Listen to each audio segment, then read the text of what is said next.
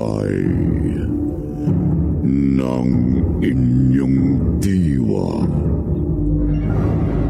Pagsaksi sa mga pangyayaring hindi mo sukat akalain.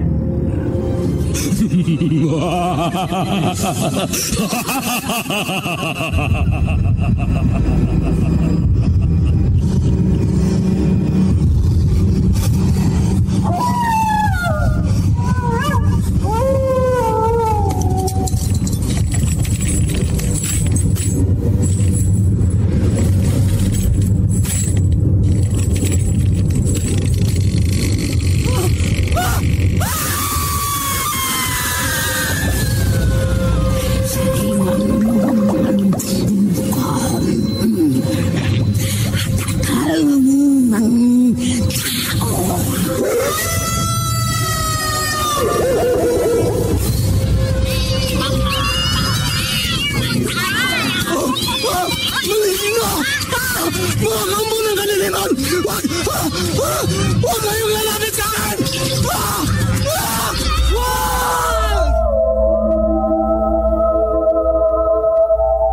Mga kababalaghang hindi kayang tanggapin ng inyong isipan.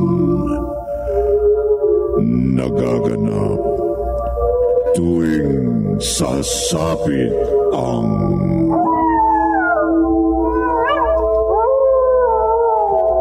gabi ng lagim.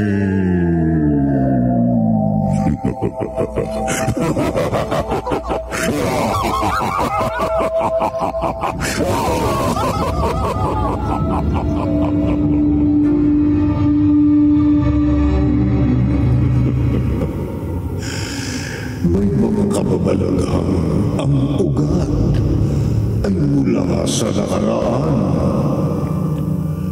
May mga kapalarang hindi natutuldukan, kaya't nagpapatuloy sa kasalukuyan.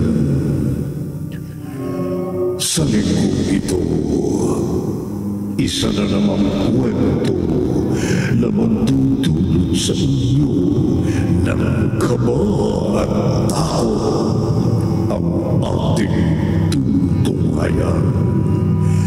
Pamamagatan natin ito ang larawan sa isa na namang gabi na lagim.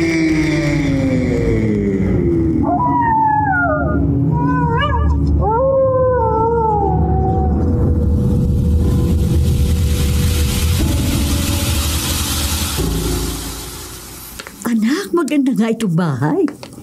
Para sinaunang bahay. Parang panahon pa ng Kastila. Tama, Mama. Kaya nga nagustuhan ni Dan eh. Pinilit niya talaga ang katiwala na sa amin ibenta. Katiwala? Bakit? Nasaan ang may-ari? Yung tunay na may-ari noong bahay. Nasa ibang bansa ang kaysa isang anak.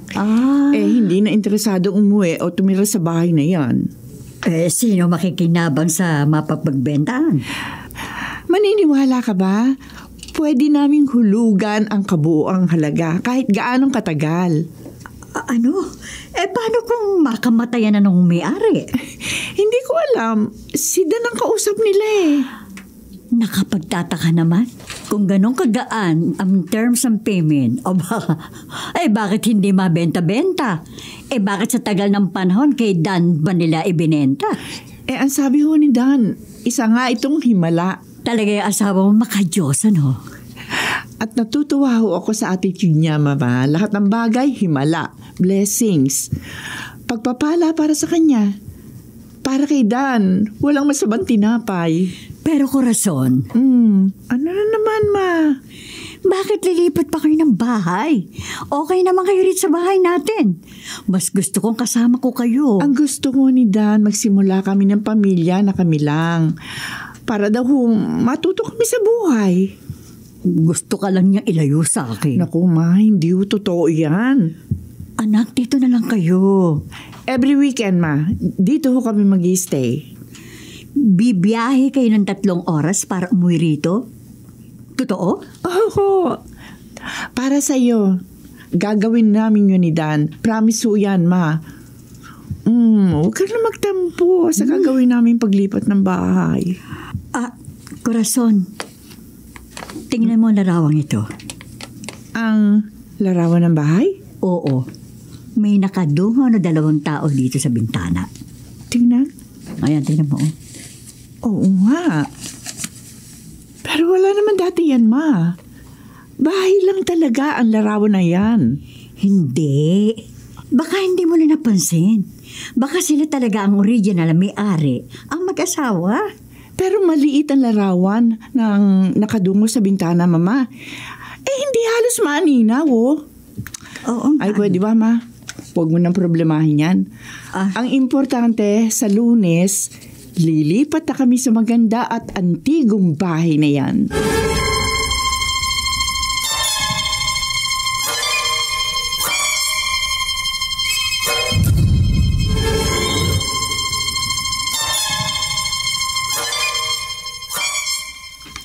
Yaya Liling, nasa kotse na ba mga bag na inampake ni Corazon? Opo, sir. Mabuti naman. Sige, tawagin mo na siya, ha? Aalis na tayo. Mas mabuting bumiyahe ng maaga. Walang traffic. Opo, Sir Dad. Pupuntahan ko na po si Ma'am. Mahal, gising na. Malapit na tayo sa bahay. Malapit na? Ayun, tanaw na mula rito sa tulay. Wow! Ang ganda nga pala! Nasa gitna siya ng isang malawak na lupain. Oo. Pero yung lupain, hindi na sa atin yan. Nagkataon lang na walang gustong tumabi sa antigong bahay. Oh, bakit naman? Hindi ko alam, mahal. Ang importante, tayo na ang bagong may-ari ng bahay na bato.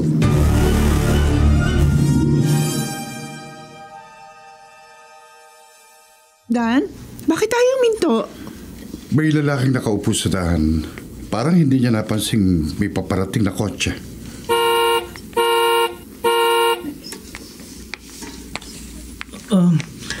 Pasensya na. Nakaramdam ako ng hilo eh. Saan ka ba pupunta, Brad? Diyan lang sa malapit. Gusto mo sumabay ka na sa amin? Patungo kami sa bahay na antigo? Salamat. Malapit na ang pupuntahan ko eh. Kaya ko na. Okay. Inuulit ko Pasensya na. Lalo na sa mga babaeng kasama niyo. Ay, okay lang, mister. Sana talagang kaya mo na ang sarili mo. Oo nga po, sir. Kaya ko na. Kaya ko na. Lalo na ngayong nakita na kitang muli. Alpha. Welcome home po. Welcome dito sa bahay ninyo. Ay, salamat ho, Aling Saning. Saning. Ako ang katiwala dito at makakasama ninyo bilang tagabantay ng bungalow. Dan? Corazon. Pumayag akong dito pa rin siya manirahan. Wala naman po kasi ako mapupuntahan, ma'am. Matandang dalaga ako at... Bakit mo ako tinititigan? Magulo ba ang buhok ko? Isuot ko na lang kaya muli yung scarf sa ulo ko. At Aling Saning, bakit? Kamukha mo siya. Sino? Ang babae sa larawan. Aling larawan? Ay, siguro, Ma'am, ang tinutukoy niya, yung larawan sa dingding. Ayun po, larawan ng lalaki at babae na parang mag-asawa. Nako ibababa ko na lang ang larawan na yan. Ang dapat naka-display dyan, larawan ninyong mag-asawa.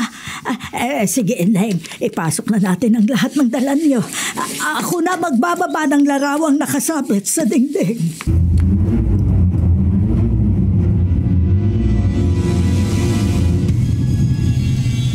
Hindi ko napansin ang larawan nung una tayong pumunta rito. Ako rin. Gusto ko sanang manatili na yun sa dingding pero Inalis na Aling Saning eh. Hayaan mo na. Tama naman siya. Tayo na ang bagong may-ari ng bungalow na ito. Kaya larawan na natin ang dapat i-display dito. Ay, Dan, hindi yata ako makakatulog ngayon. Sobrang excited ako sa ganda at laki ng bahay na ito.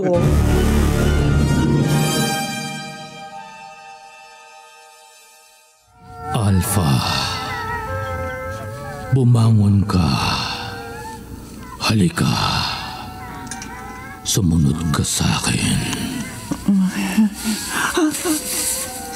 Sino ka? Ito na ang katuparan ng pangako ko. Ang tamang panahon. Babalik ako at maniningil. Alpha. Alpha? Oo. Ikaw si Alpha. Ako si Aragon. Pinagtagpo tayo noon. Ngunit binigyan mo ko ng sakit ng kalooban. Ngayon, Alpha, ipadarama ko sa iyo ang kabigo ang ibinigay mo sa akin. Halika! Sumunod ka sa akin! Wala sa kwarto nyo? Pero wala rin siya rito sa buong bahay. Maaga po ako naglinis. Si Aling Saning naman nasa kusina at nagluluto na. Nasaan kaya si Corazon? Yaya, tulungan mo akong hanapin siya. Opo, sir. Sir Dan! Si Ma'am Corazon! Nasa hardin po! Walang malay!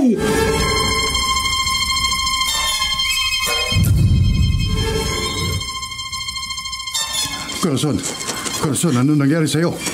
Bakit narito ka sa hardin? Hindi ko alam, Dan. Nangihina ako. Si Aragon. Sinong Aragon? Hindi. Wala po yun, sir. Parang may nakita ako. Huwag niyo na lang po akong pansinin. Corazon, kumapit ka sa akin.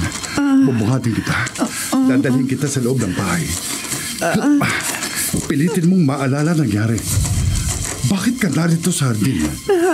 Gumising ka ba sa gitna ng pagtulog natin kagabi? Hindi ko alam, Dan. Nangihina ako. Yun lang ang tangi ko nararamdaman. Pero wala akong maalala. Wala talaga.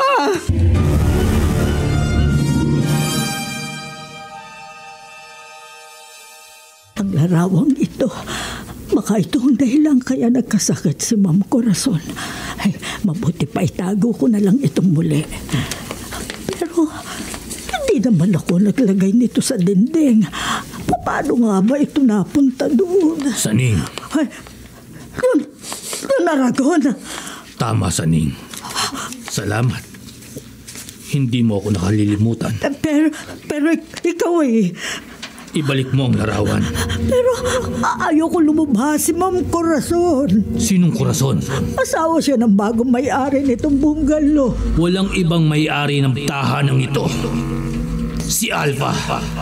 Si Alpha at ako lamang. Don Aragon, para na po ninyong awa.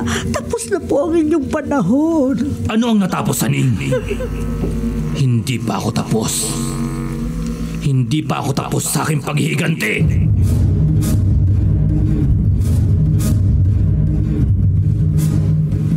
Natagpuan kitang putlang-putla. Parang tulala. Kaya pinunasan kita ng mainit-init na tuwalya. Salamat, Liling. Aling Saning, ano nangyari sa'yo?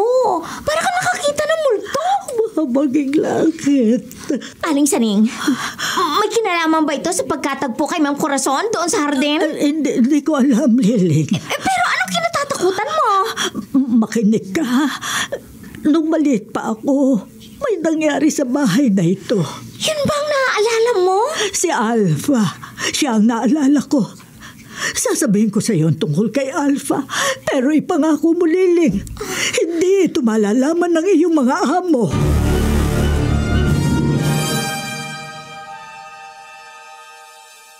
Sino si Alpha?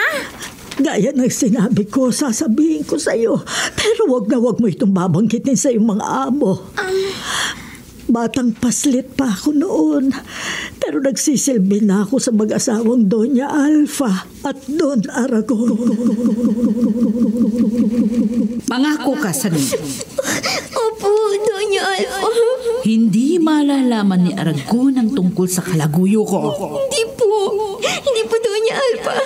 Wala po ako sasabihin. Tandaan mong sinabi ko sa'yo, pag nalaman ito ni Aragon, ihuhulog kita sa balon. Walang tutulong sa'yo. Walang makakakita. Kaya mamamatay ka sa lamig. Mamamatay kang mag-isa. Opo, hindi po ako magsusumbong. Hindi po, Doña Alfa. Sige. Bumalik ka na sa kusina. Tulungan mo si Felicidad sa pagluluto. Opo. Parang kailan lang. Noon ay batang-bata pa ako. Pero Aling Saning, ang bahay na ito, sabi ni Sir Dan, ay ilang daang taon na. Kung totoo yung sinasabi mo, bakit buhay ka pa?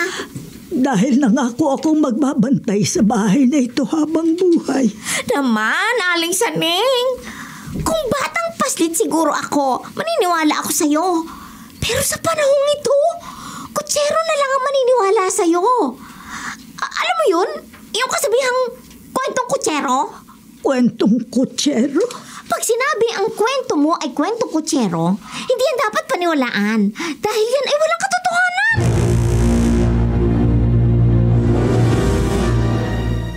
Ma'am, kanina pa nakaalis si Sir Dan, pero darating po ang kapatid niyang si Sir Ben. Titingnan raw kayo. Bakit yung ginawa ni Dan? Wala naman akong sakit. Pero nangihina ka, Ma'am Corazon, at wala ka maalala sa nangyari kagabi. Ano nangyari kagabi? Hindi rin namin alam. Basta nagising si Sir Dan, wala ka doon sa kwarto ninyo. At nang hanapin ka namin, natagpuan ka namin sa hardin. Walang malay.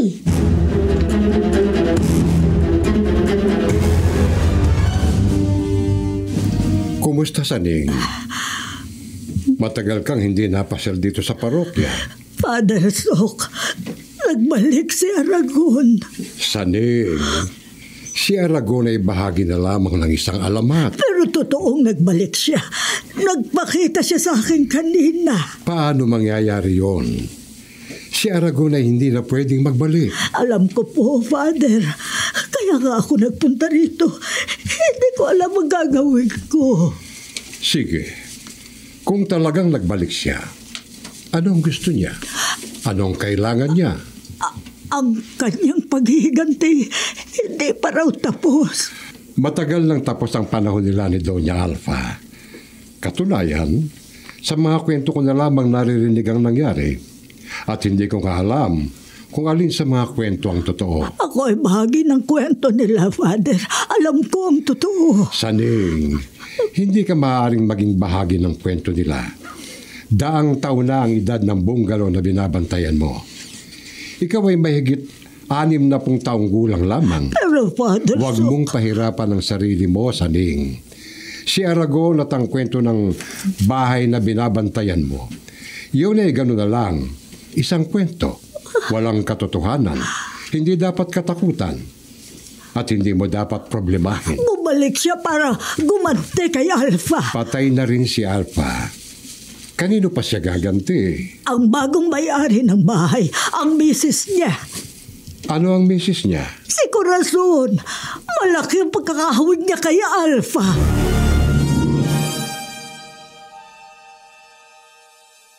Huwag mong alalahanin mga pasyente ko sa Maynila. At bago ako pumunta rito, binisita ko na sila. At kung may emergency, may kahalili naman akong doktor na titingin sa kanila.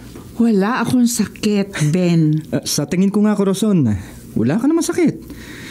Siguro ang nararanasan mo ay bahagi ng adjustment sa bago mong tirahan, sa bago niyong tirahan ng kapatid ko. Pero bakit ako natagpuan ni Dan sa labas? Nag-sleepwalking kaya ako? Posible. Dahil sa tindi ng pagod mo sa biyahe at paglilipat ng mga gamit ninyo. Baka nakakaranas ka ng malalim na tulog. At nag-sleepwalk ka. Naglalakad ka habang natutulog. At doon ka na napahandusay sa hardin. Sabihin mo sa akin, Ben. Posible ba yun? Posible na igalaw ko talaga ang katawan ko sa gitna ng isang panaginip? Hindi ko yan masasagot, Corazon. Pero maaaring mangyari.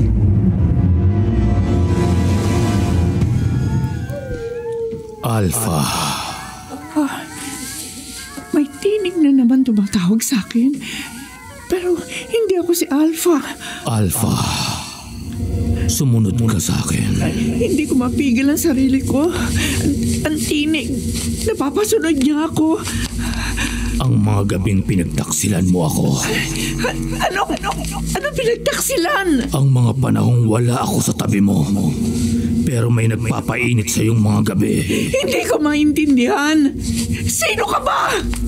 Magpakita ka sa akin! Alpha, hindi ka ba nakontento sa naibibigay kong kaligayahan? Hindi kita kilala. Sino si Alpha? Alpha, tingnan mo ako. Ikaw ang tumatawag sa akin? Paano ka nakapasok sa amin, Silid? Silid natin itong mag-asawa.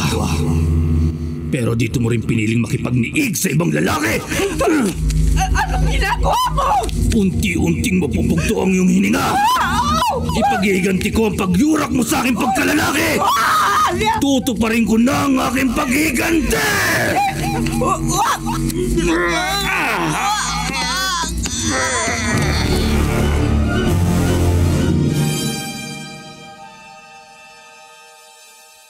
Bitiwan mo siya! Bitiwan mo si Corazon! Nawala ang lalaking sumasakal kay Corazon. Nawala ng baray ang asawa ko. Corazon! Corazon! Dan! Dan, anong nangyari? May narinig kaming ingay sa kwarto mo. Ben! Tulungan mo ako! Hindi nakalakang pinto. Pumasok ka na! Ano po nangyari kay Ma'am? May nakita ko. May lalaking sumasakal kay Corazon. Lalaki? Nasaan? Nang tangkain ko siyang suntukin, bigla siyang nawala. Walang malay si Corazon. Iiga ko siya sa aming kama. Nawalan siya ng malay. Ako na po titingin sa kanya. Ma'am! Ma'am! Hindi ko maintindihan kung ano itong nangyayari. Relax. Sige. Maupo ko sa gilid ng kama at ipaliwanag mo sa akin ang eksaktong nakita mo. Ben, isang lalaki. Medyo madilim. Hindi ko nakita ang mukha niya. Nagising ako na umuungol si Corazon. At pagdilat ko ng mata, nakita kong may nakadagan sa kanyang lalaki. Sinasakal siya. At bigla itong nawala? Oo. Sir, kukuha lang po ako ng bimpo. Pupunasan ko ng basang bimpo si Ma'am para mahimasmasan. Ikaw na ang bahala, Yaya. Opo, sir. Hindi kaya namamalik mata ka lang? Hindi, Ben. Sigurado ko. Gising na ako nang makita ko yung lalaki. Isa pa, paano mo ipaliliwanag ang pagkawala ng malay ni Corazon? Alam nga namang basta na lamang siya napahundusay sa gilid ng kama. Dan. Ben, may kung anong kababalaghan sa bahay na ito. Hindi kaya nagkamali ka sa pagbili ng bahay na to? Hindi, Ben. Pangarap ko ang bahay na ito. Matagal ko itong hinanap. At hindi ako papayag na isang maligno lang ang aagaw nito sa aming dalawa ni Corazon.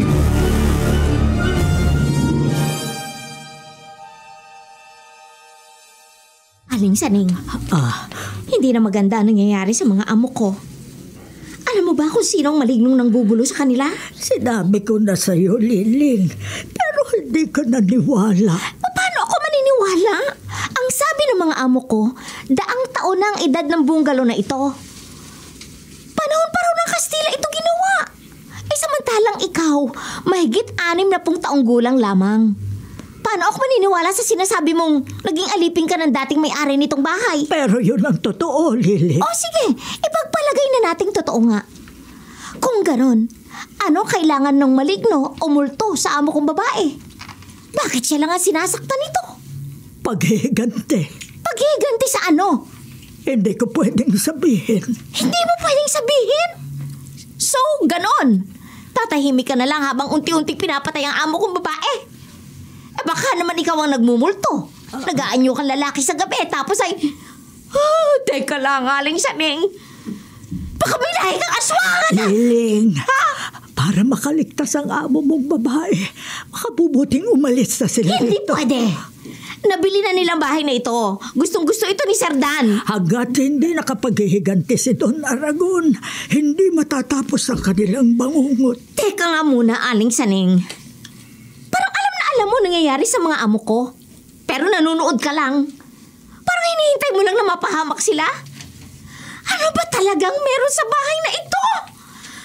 Anong gusto ng multo kay Ma'am Corazon? Bakit niya ito sinasaktan?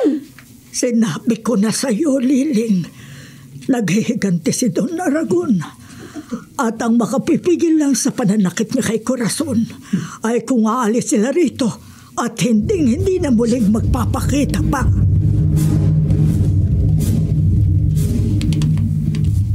Hindi ko makakalimutan ang nasaksihan ko nung bata pa ako. Maawa ka, Aragon mo! Sanay! Humingi ka ng tulong! Mapatay na ko ni Aragon! Tulungan mo ako! Sanay! Sanay! Kahit ayaw nilang maniwala, totoo ang nakita ko.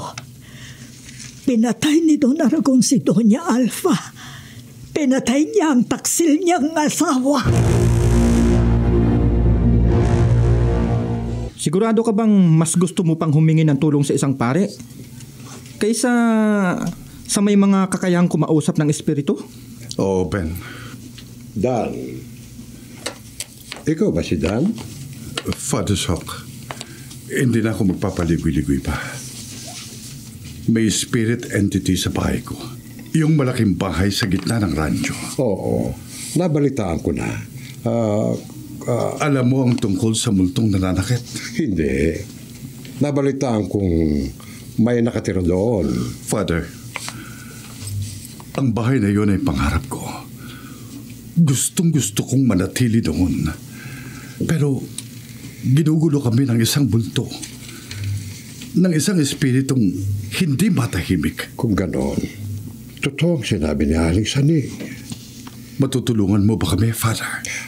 Ano bang ginagawa ng multong sinasabi mo? Paano niya kayo ginugulo? Ang misis ko, sa tingin ko, gusto niyang patayin ang misis ko.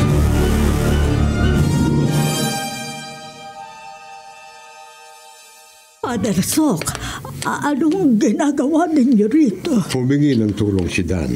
Pero si Don Aragon, hindi niyo siya basta-basta mapapaalis. Kanya ang bahay na ito. Aling Saning, matagal nang patay si Don Aragon.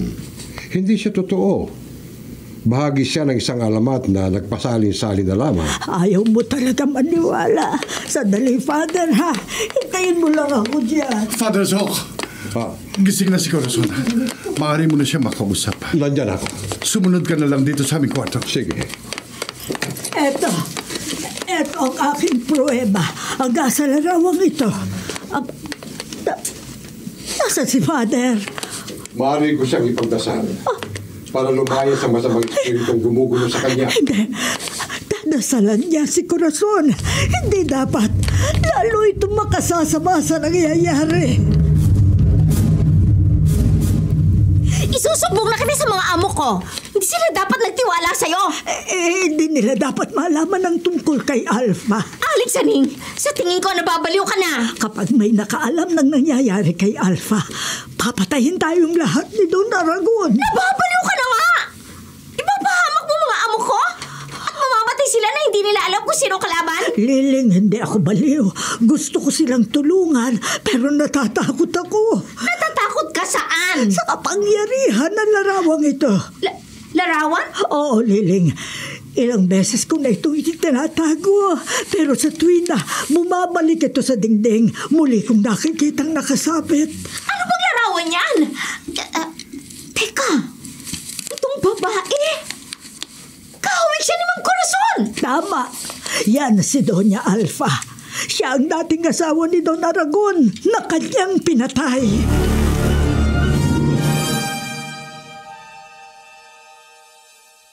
Larawan? Oo, Ben. Ang larawang ito, sabi ni Liling, ang larawang itong kinatatakutan ni Aling Saning. Larawan niya ng isang mag-asawa. Para namang mag-asawa sila. Oo. Sabi ni Liling, sila ang dating may-ari nitong bungalow. Dan, malaki ang pagkakahawig ni Corazon dito sa babae sa larawan. Napansin ko na rin yan, Ben. Pero anong kinalaman ito sa nararanasan ni Corazon? Siguro, mas makabubuting tanungin muli si Aling Saning. Maaring mayroon pa siyang inililihim sa'yo. At hindi niya sinasabi ang buong katotohanan Ben, tungkol sa nangyari sa bahay na to.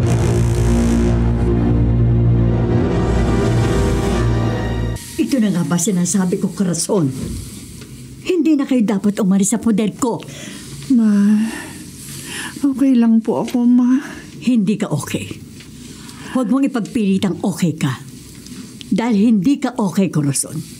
Maputla ka na at nanghihina. Salamat, dinalaw mo ako, Mama. Hindi kita basta dinalaw.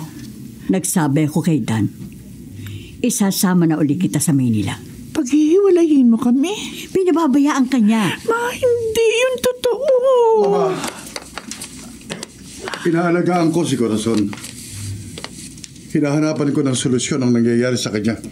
Ang tanging solusyon para mawala ang nagpapahirap sa kanya ay umuwi kayo sa amin. Iwan ninyo ang antigong bahay nito na pinamamahayan ng mga masamang espiritu. Narito na si Father Sok para basbasan ang bahay. Pero Dan... Mama, hindi kami aalis dito ni Corazon. Kami ang buhay.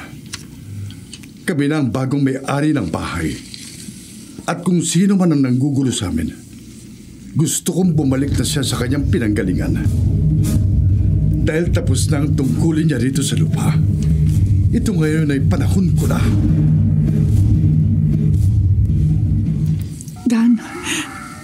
Dan, gumising ka. Dan! Corazon, bakit? Yung lalaki, naririto siya. Ha? Saan? Nasaan? Ayan, nakatayo sa paanan ng higaan natin. Wala ako nakikita. Dan, may baril siya. Mabarilin ka niya. Pero Corazon, wala ako nakikita. Wag! Ako na lang! Ako na lang! Huwag ng baril. Hindi. Binaril mo ko, Aragon. Yan ang nararapat sa taksil na tulad mo. Aragon? Sino si Aragon? Taksil man ako. Itinulak mo ko. Palagi kang nasa malayo. Palagi akong nananabik sa'yo. Hindi mo pinakikinggan ang mga pagsamo ko. Aking pakiusap. Ilang beses kitang sinulatan. Nagmakaawa akong umuwi ka na. Mahina ka. Madaling matukso. Minahal kita. Pero hindi mo sinuklian ang pagmamahal ko. Yan ang dapat sa tulad mo. Taksil na babae. Hindi. Corazon, ano nangyayari sa'yo? Saan galing ang putok ng baril? Dan, alam ko na. Alam mo na ano? Yun lalaki, kaya niya ako gustong patayin. Kaya kanya gustong patayin? Bakit, Corazon? Inaakala niyang buhay pa si Alpha at inaakala niyang ako si Alpha, ang taksil niyang asawa.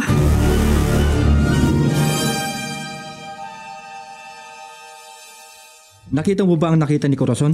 Hindi, pero may narinig akong putok ng baril. At nanghina si Corazon. Pero wala siyang tama.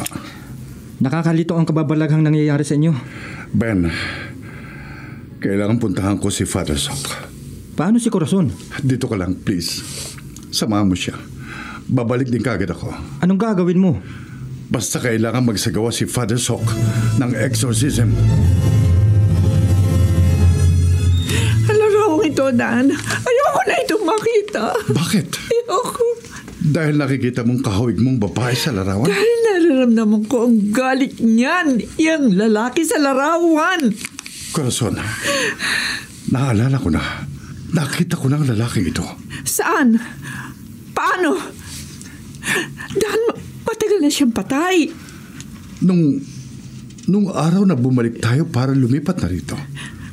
Paano? Yung lalaki sa daan. Huminto ako sa pagmamaneho. Dahil sa lalaking nakaharang sa daan. Pasensya na. Nakaramdam ako ng hilo. Saan ka ba pupunta, Brad? Diyan lang sa malapit. Gusto mo, sumabay ka na sa amin? Patungo kami sa bahay na antigo. Salamat. Malapit na ang pupuntahan ko. Kaya ko na. Okay. Inuulit ko. Pasensya na. Lalo na sa mga babaeng kasama nyo. Okay lang, mister. Sana talagang kaya mo na ang sarili mo. Kaya ko na. Lalo na ngayong nakita kitang muli. Alpha. Tama. Ngayong nagbalik sa akin ang lahat, binanggit niyang pangalang Alpha habang nakatingin siya sa iyo. Hindi ko pinansin yun, pero pagkatapos sa mga kababalaghang nangyayari, ngayon naiintindihan ko na siya. Isa siyang kaluluwang hindi matahimik.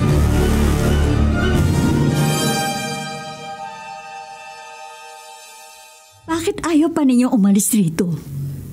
Malinaw na haunted ang bahay na ito. Mahalaga ang bahay na ito kay Dan. Pangarap niya ito. At pangarap din ba niyang patayin ka sa sindak? Hindi ka naman dating ganyan kay Dan? Oo. Dahil hindi rin sa dating ganito. Obsessed siya rito sa bahay. Obsessed siya sa kaluluwa na nagmamay-ari nito. Magtiwala tayo kay Dan, Ma. Alam niya ang ginagawa niya. Noon, oo. Naniniwala akong alam niya ang ginagawa niya. Pero ngayon, hindi na. Nagsimulang masira ang unang asawa mo mula nang makita niya ang bahay na ito.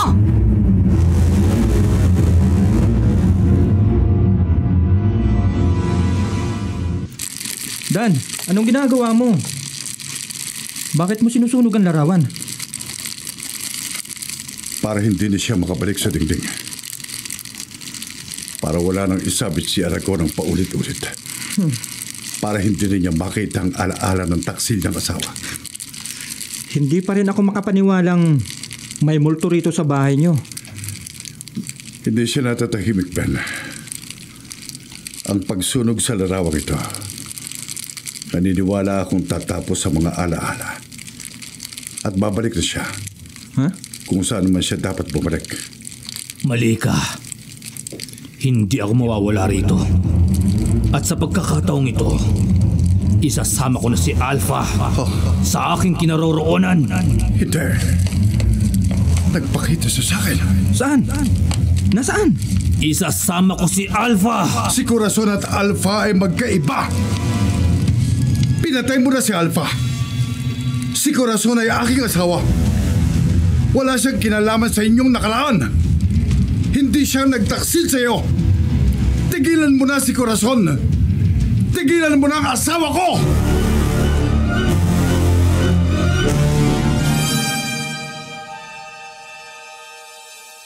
Nagpapakita pa rin siya sa akin sa gabi, Dan.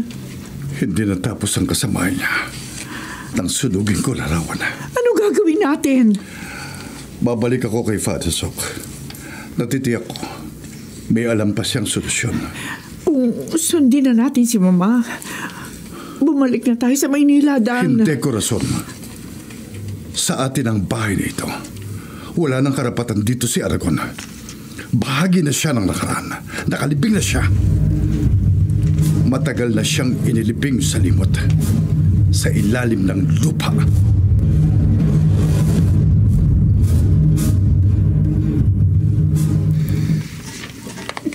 Ano ito, Father Sok? Nakikita mo naman, Dan, kung ano yung iniabot ko sa iyo. Baril ito, Father. Oo. Pero hindi yan ordinaryong baril. Paano? Ang bala niyan, ay silver bullet.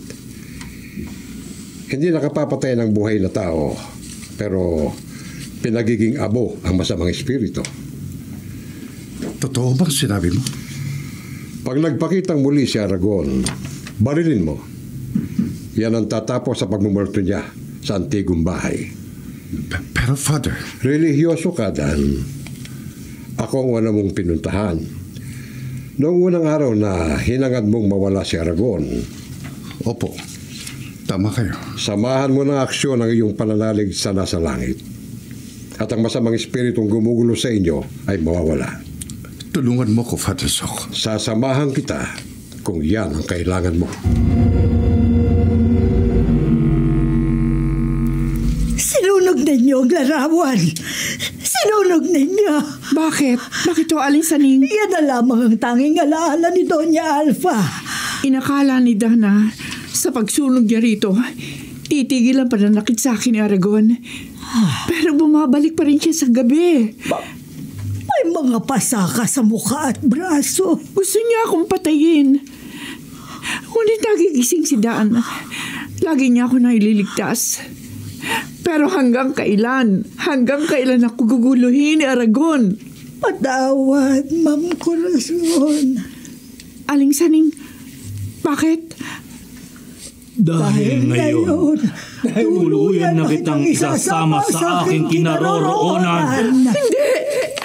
Aling Saning, may hawak ang patalim! Hindi! Wag! Baba! Wag! Wag! Baba! Mamatay ka! Baba! Baba!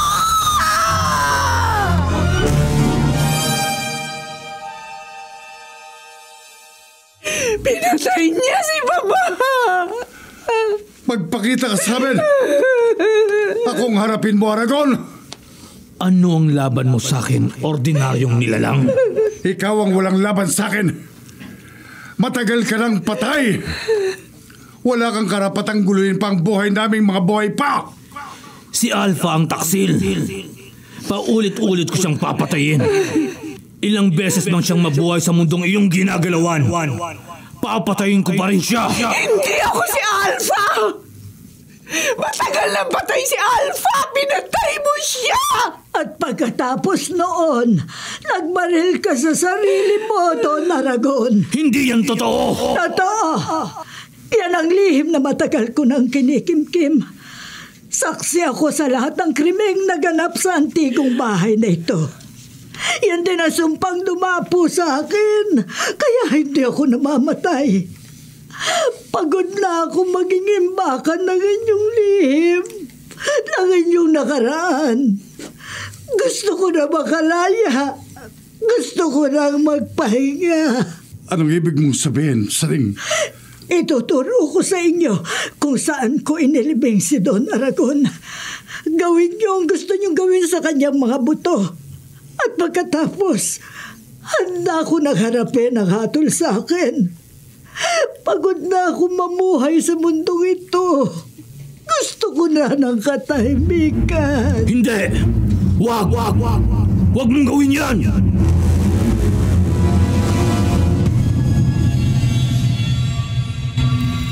Father, nabasbasan niyo na po ang libingan.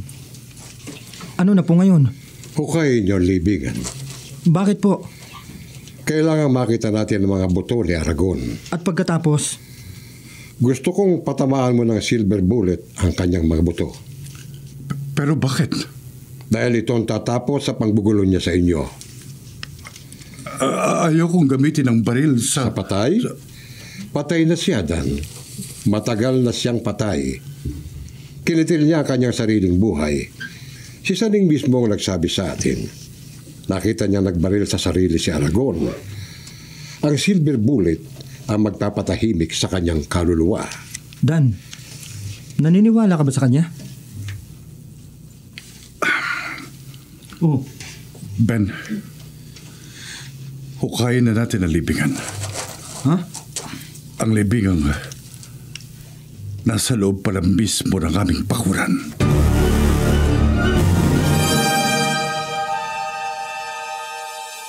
Gusto kong patahimikin mo na kami.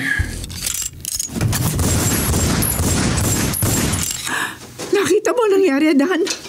Ang mga buto ni Aragon, isa-isang nalusaw, natuyo, naging buhangin. Anong kababalaghan nito? Salamat sa inyo. Matatahimik na ako. Aling Saning. Bumilis ang pagtanda niya hanggang sa makuba siya. Naabo siya. Naabo? Naabo si Aling Saning? Kung ganon, si Aling Saning ay totoong bahagi ng nakaraan. Matatahimik ng antigong bahay. Wala nang manggugulo. At mananakit sa iyo, mahal ko. Salamat. Natapos din ang bangungot na to.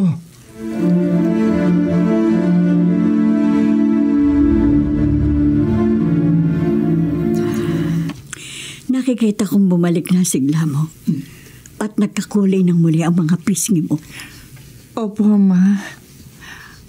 At wala na rin nung nagpapakita ng lalaki sa akin. Wala na si Aragon. Tapos na ang bangungot.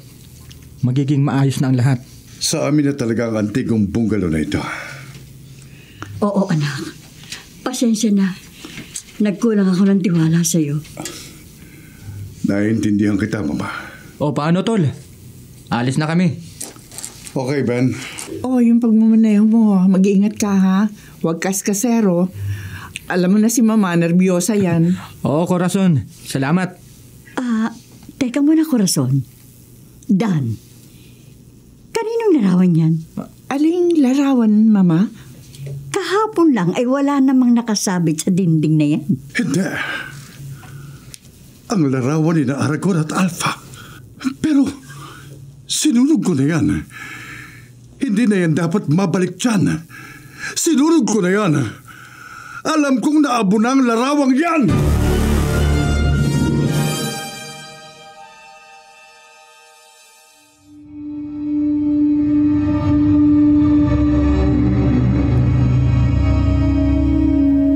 Bago lumipat sa isang lugar, alamin ang kasaysayan. Alamin ang katotohanan. Pabasbasan ang paligid hanggang loob ng tahanan. Mabuti na ang sigurado kaysa makipagsapalaran sa mga nilalang ng kadiliman. Dito natatapos ang isa na namang kwento ng kababalaghan na ating pinamagatang ang larawan. Sa isa na namang gabi na